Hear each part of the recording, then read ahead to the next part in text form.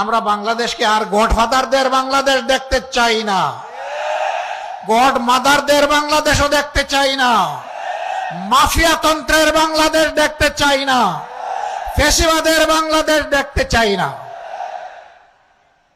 আমি দাবি করব এখানে একটা কৃষি বিশ্ববিদ্যালয় চালু করা হবে।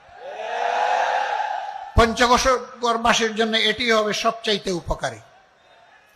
সাধারণ শিক্ষায় শিক্ষিত হয়ে বেকারের মালা গলায় নিয়ে ঘোরার চাইতে একজন কৃষিবিদ 1 সেকেন্ডের জন্য কখনো বেকার থাকে না। আমরা সেই রকম একটা শিক্ষার বন্দোবস্ত এখানে করার জন্য জোর দাবি জানাই।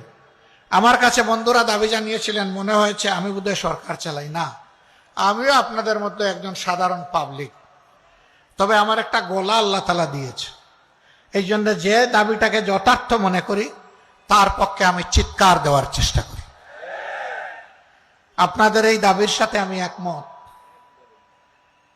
এই দাবি এই সরকার কতটা পালন করতে পারবে আল্লাহ ভালো জানে, কিন্তু আপনাদেরকে কথা দিচ্ছি, এদেশের ইসলাম প্রিয় দেশপ্রেমিক জনগণের নেতৃত্বে যদি সরকার গঠন হয় তাহলে আপনাদের দাবি হবে আমার দাবি, এবং দাবি আর উত্থাপন করতে হবে না। বরঞ্চ বৈষম্যহীন বাংলাদেশে যে এলাকা বঞ্চিত সেই এলাকা সবার আগে তার পাওনা ফেরত পাবে ইনশাআল্লাহ। আর যে এলাকা পেয়ে গেছে তারাও বঞ্চিত হবে না, তারা পাবে তাদের ন্যায্য হিস্সা। কিন্তু আগে দেখা হবে বঞ্চিত এলাকা। আমি পঞ্চগড়কে এমনই একটা বঞ্চিত এলাকা মনে করি। বলছিলাম আজকের আমার আশাটা কিছুটা ইমোশনাল।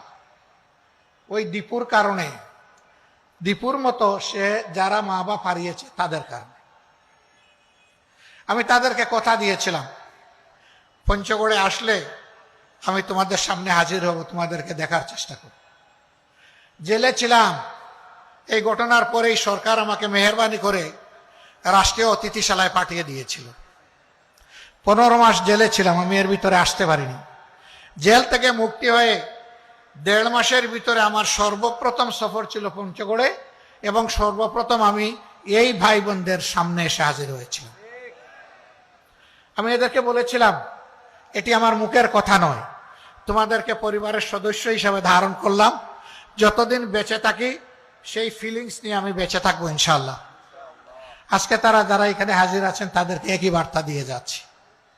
আমরা বাংলাদেশকে একটা মানবিক বাংলাদেশ হিসাবে গড়ে তুলতে চাই। আমরা বাংলাদেশকে আর গডফাদারদের বাংলাদেশ দেখতে চাই না, গড মাদারদের বাংলাদেশও দেখতে চাই না।